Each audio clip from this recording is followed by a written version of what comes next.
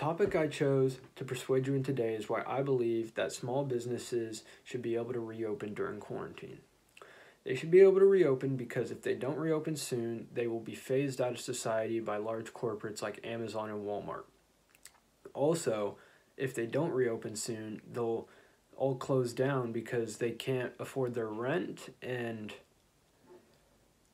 that's because their hours are being cut because their dining rooms are closed. As well as the third-party delivery services like DoorDash, Postmates, Uber Eats, and others are scalping them and taking so much of their profit. And if they don't reopen soon, it's going to cause a terrible economic crisis for our country. And you may say, oh, small businesses don't affect me, but they do. Your favorite places like Hungry Bear and Benediction and others are on the brink of closing their doors for good. Not only that, but we need to allow these businesses to reopen so that we can start our recovery once COVID blows over.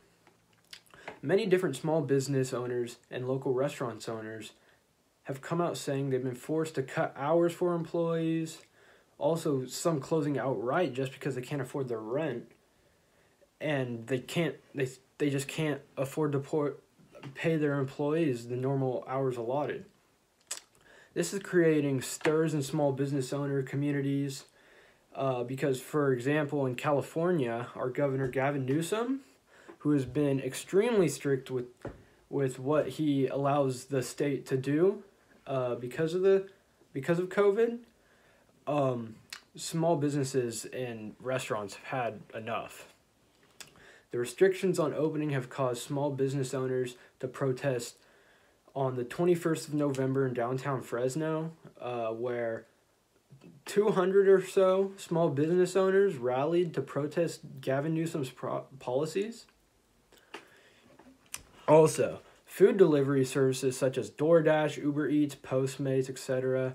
may seem like promising ideas to keep businesses afloat during these times of crisis, but in fact, small businesses are being killed by them because these apps are taking as high as 30% of profits that the restaurant makes, and they just can't deal with it. It's killing them because these third parties, they're just taking all the profit.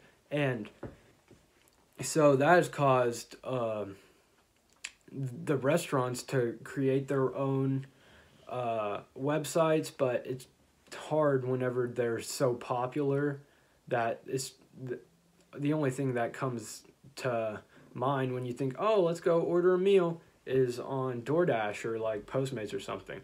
So they're not getting much traction by making their own websites, and they're trying to increase that traction by having their for example, this Sammy Musovic, a new American restaurant owner in the Upper East Side of Manhattan, had to drop his staff from 50 to 10 people because of these outrageous prices, along with having to close his dining room.